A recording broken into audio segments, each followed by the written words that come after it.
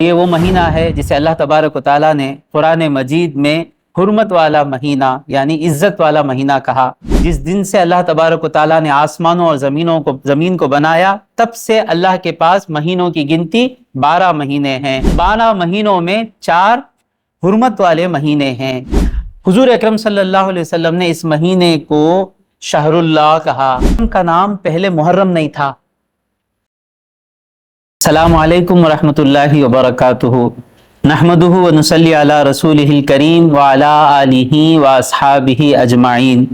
اللہ کا کرم ہے کہ ماہ محرم میں ہم ہیں، اور یہ وہ مہینہ ہے جسے اللہ تبارک و تعالیٰ نے قرآن مجید میں حرمت والا مہینہ یعنی عزت والا مہینہ کہا۔ اللہ تبارک و تعالیٰ سورہ توبہ میں فرماتا ہے ان عدت الشہور عند اللہ 12 شہرا فی کتاب اللہ۔ اللہ کی کتاب میں مہینوں کی گنتی 12 ہے۔ یوم خلق السماوات والارض، جس دن سے اللہ تبارک و تعالیٰ نے آسمانوں اور زمین کو بنایا تب سے اللہ کے پاس مہینوں کی گنتی 12 مہینے ہیں۔ منہا اربعۃ حرم، ان 12 مہینوں میں 4 حرمت والے مہینے ہیں۔ اب آپ پوچھیں گے کہ اللہ نے محرم کا مہینہ تو نہیں کہا، اللہ نے کہا نہیں کہا یہ کون جانتا ہے؟ اللہ کا حبیب صلی اللہ علیہ وسلم جانتے ہیں۔ بخاری شریف کی حدیث ہے، حضور اکرم صلی اللہ علیہ وسلم سے مروی ابو بکر صدیق رضی اللہ تعالیٰ عنہ نے روایت کی، فرماتے ہیں کہ حضور نے حجۃ الوداع کے خطبے میں فرمایا ان الزمان قد استدار کہیئتہ یوم خلق اللہ السماوات والارض۔ اللہ تبارک و تعالیٰ نے جس دن آسمانوں اور زمین کو بنایا اس دن جس طرح زمانہ تھا اسی طرح پھر سے زمانہ آ گیا۔ معنی کیا ہے؟ السنہ 12 شہرا، ایک سال میں 12 مہینے ہیں۔ منہا اربعۃ حرم، ان 12 مہینوں میں 4 حرمت والے عزت والے مہینے ہیں۔ ثلاث متوالیات، 3 مہینے لگاتار ہیں۔ ذوالقعدہ کا مہینہ، ذوالحج کا مہینہ، والمحرم، محرم کا مہینہ۔ پتہ چلا؟ اور چوتھا مہینہ کیا ہے؟ رجب کا مہینہ ہے۔ حضور اکرم صلی اللہ علیہ وسلم نے اس مہینے کو شہر اللہ کہا۔ معنی کیا؟ اللہ کا مہینہ۔ مسلم شریف کی حدیث ہے، ابو ہریرہ رضی اللہ تعالیٰ عنہ روایت فرماتے ہیں قال رسول اللہ صلی اللہ علیہ وسلم، اللہ کے پیغمبر صلی اللہ علیہ وسلم نے فرمایا افضل الصیام بعد رمضان، رمضان کے بعد سب سے فضیلت والے روزے شہر اللہ المحرم، اللہ کا مہینہ محرم کے روزے ہیں، یعنی رمضان کے مہینے میں فرض روزے ہیں، سب سے زیادہ ثواب۔ اس کے بعد کون سے مہینے میں روزہ رکھیں گے تو زیادہ ثواب ملے گا؟ محرم کا مہینہ۔ حضور نے اسے کیا کہا؟ شہر اللہ، اللہ کا مہینہ۔ تو کیا دوسرے مہینے اللہ کے مہینے نہیں؟ کیا ہر مہینہ اللہ کا مہینہ ہے؟ لیکن اللہ اس کسی چیز کی نسبت اپنی طرف کر کے اس چیز کو عزت دیتا ہے۔ ہر مسجد اللہ کا گھر ہے، لیکن اللہ تبارک و تعالیٰ نے کعبے کو بیت اللہ کہا۔ ہر اونٹنی اللہ کی اونٹنی ہے، لیکن اللہ تبارک و تعالیٰ نے صالح علیہ السلام کی اونٹنی کو کہا ناقۃ اللہ، اللہ کی اونٹنی۔ تو اسی طرح یہ اللہ کا مہینہ ہے، اللہ حضور فرما کر اس مہینے کو عزت دے رہے ہیں۔ اور پھر حضور نے کہا وَأَفْضَلُ الصَّلَاةِ بَعْدَ الْفَرِيضَةِ، فرض نمازوں کے بعد فضیلت والی نماز کون سی ہے؟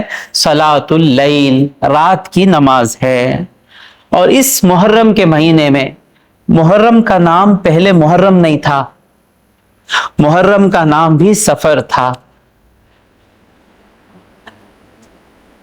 سفر اول، سفر ثانی، ربیع الاول، ربیع الثانی، جمادی الثانی مطلب 2، ربیع الاول، ربیع الثانی، جمادی الاول، جمادی الثانی، اسی طرح سفر اول، سفر ثانی تھا۔ حضور نے اس کا نام محرم رکھا۔ محرم کا معنی کیا؟ عزت دیا ہوا، عزت کیا ہوا مہینہ محرم کا مہینہ ہے۔ اس مہینے میں ایک دن ہے جس کا نام ہے عاشوراء۔ عربی میں 10 کو، 10ویں کو عاشر کہتے ہیں، عاشوراء بھی کہتے ہیں۔ تو محرم کی 10 تاریخ کا نام کیا ہے؟ عاشوراء۔ اور یہ مہینہ آدم علیہ السلام، یہ دن آدم علیہ السلام کے زمانے سے لے کر قیامت آنے تک بزرگی والا دن ہے، اور یہ شرف صرف اور صرف اسی دن کو حاصل ہے، نہ عید کے دن کو، نہ عید الاضحیٰ کے دن کو۔ آدم علیہ السلام کے زمانے سے لے کر قیامت تک، حضور نے فرمایا قیامت بھی آئے گی تو عاشورے کے دن آئے گی، اور دن ہوگا جمعہ کا۔ تفسیر کی کتابوں میں آیا کہ اللہ تبارک و تعالیٰ نے عاشورے کے دن آدم علیہ السلام کی دعا قبول کی، اور صحیح حدیث میں آیا، حدیثوں کا مطالعہ کرنے کے بعد، روایتوں کا مطالعہ کرنے کے بعد یہ پتہ چلتا ہے کہ اکثر انبیاء کو عاشورے کے دن ہی اللہ تبارک و تعالیٰ نے بڑی نعمتوں سے نوازا۔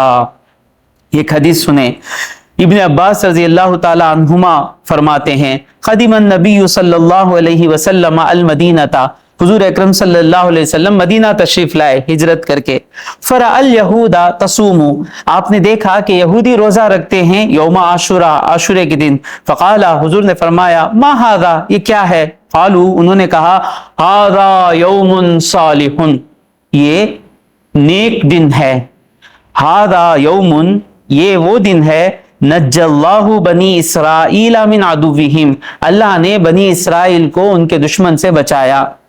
موسیٰ علیہ السلام جانتے ہیں آپ کہ فرعون نے پکڑ لیا تھا بنی اسرائیل کو، موسیٰ علیہ السلام لے کر نکلے، سامنے دریا آ گیا، اللہ تبارک و تعالیٰ نے موسیٰ علیہ السلام نے لاٹھی ماری تو دریا میں 10 راستے ہو گئے، بنی اسرائیل اس راستے سے نکل گئے، فرعون اس کی فوج کے ساتھ وہ راستے میں داخل ہوا تو اللہ نے دریا کو حکم دیا کہ پہلے کے جیسا ہو جائے، تو سارے کے سارے ڈوب گئے۔ وہ کون سے دن ہوا؟ عاشورے کے دن ہوا۔ فصامہ موسیٰ، تو موسیٰ علیہ السلام نے روزہ رکھا اللہ کا شکریہ ادا کرتے ہوئے۔ قال، حضور نے کہا، فانا احق بموسیٰ منکم، تم سے زیادہ میں موسیٰ کا حقدار ہوں۔ فصامہ، حضور نے روزہ رکھا، وامر بصیامہ، اور اس روزے رکھنے کا حکم دیا۔ بعد میں، پہلے یہ روزہ فرض تھا، بعد میں محرم کا روزہ کیا ہو گیا؟ مستحب ہے، جو رکھے گا ثواب ملے گا، جو چھوڑے گا گناہ نہیں ہے۔ اب یہ محرم کا روزہ 10ویں روزہ رکھنا ہے، لیکن ایک روزہ رکھنا مکروہ ہے۔ کیوں؟ حضور فرماتے ہیں، ابن عباس رضی اللہ تعالیٰ عنہ کی روایت ہے، قال رسول اللہ صلی اللہ علیہ وسلم، حضور اکرم صلی اللہ علیہ وسلم نے کہا، صوموا یوم عاشورہ، عاشورے کے دن روزہ رکھو، وخالفوا فیہ الیہود، یہود کے خلاف ورزی کرو۔ صوموا، کیسے؟ یہودی بھی عاشورے کے دن روزہ رکھتے ہیں، ہم بھی رکھتے ہیں، ہم کیسے ان کے خلاف کریں گے؟ صوموا قبلہ یومن، اس سے ایک دن پہلے روزہ رکھو، او یا بعدہ یومن، اس کے بعد ایک روزہ رکھو۔ امام احمد نے اس حدیث کو روایت کیا ہے، اور امام مسند احمد میں ہی حدیث ہے کہ عاشورے کے دن نوح علیہ السلام کی کشتی کنارے پہنچی تھی طوفان سے بچ کر، اور روایتوں میں آیا اسی دن ابراہیم علیہ السلام کو اللہ تبارک و تعالیٰ نے نمرود کی آگ سے بچایا، اور روایتوں میں آیا یونس علیہ السلام اسی دن مچھلی کے پیٹ سے باہر نکلے، روایتوں میں آیا اسی دن ایوب علیہ السلام کو اللہ نے شفا دی، روایتوں میں آیا اسی دن سلیمان علیہ السلام کو اللہ تبارک و تعالیٰ نے بادشاہت سے نوازا۔ اب کتابوں کے مطالعے سے لگتا ہے کہ اکثر انبیاء کو اس دن کچھ نہ کچھ بڑی نعمت ملی۔ اب ذرا سوچیں، اس امت میں عاشورے کے دن کون سا بڑا واقعہ پیش آیا؟ حضرت امام حسین رضی اللہ تعالیٰ عنہ، حضور کے پیارے نواسے، ان کی شہادت سے بڑا کوئی واقعہ اس امت میں عاشورے کے دن پیش نہیں آیا۔ حضور اکرم صلی اللہ علیہ وسلم کی ظاہری زندگی میں جو بڑے واقعات ہوئے، اعلان نبوت ہوا، ہجرت ہوئی، بدر ہوئی، احد ہوئی، خیبر فتح ہوا، خندق میں فتح حاصل ہوئی، اور فتح مکہ ہوا، کوئی بڑا واقعہ عاشورے کے دن نہیں ہوا۔ چھوٹی جنگ ہوئی، کوئی بڑا واقعہ نہیں آیا، اور حضور کے پردہ فرمانے کے بعد بھی خلفائے راشدین کے زمانے میں بھی کوئی بڑا واقعہ عاشورے کے دن نہیں ہوا، سوائے امام حسین رضی اللہ تعالیٰ عنہ کے شہادت کے، تو اس سے کیا پتہ چل رہا ہے کہ اللہ تبارک و تعالیٰ نے عاشورے کے دن جس طرح دوسرے نبیوں پر نعمتیں دے کر عاشورے کا دن، یعنی موسیٰ علیہ السلام کی امت عاشورے کا دن آئے گا تو یاد کرے گی کیا چیز کو، کہ فرعون سے اللہ نے بچایا۔ نوح علیہ السلام کی امت عاشورے کا دن آیا تو کیا یاد کرے گی، ہم کو اللہ نے طوفان سے بچایا۔ اور امت محمدیہ عاشورے کا دن آتا ہے تو کیا یاد کرتی ہے، حضرت حسین رضی اللہ تعالیٰ عنہ کی شہادت یاد کرتی ہے۔ ہمیں یہ شہادت یاد رکھنا ہے۔ اس کا فائدہ کیا ہے، یہ شہادت کیوں سب سے الگ ہے؟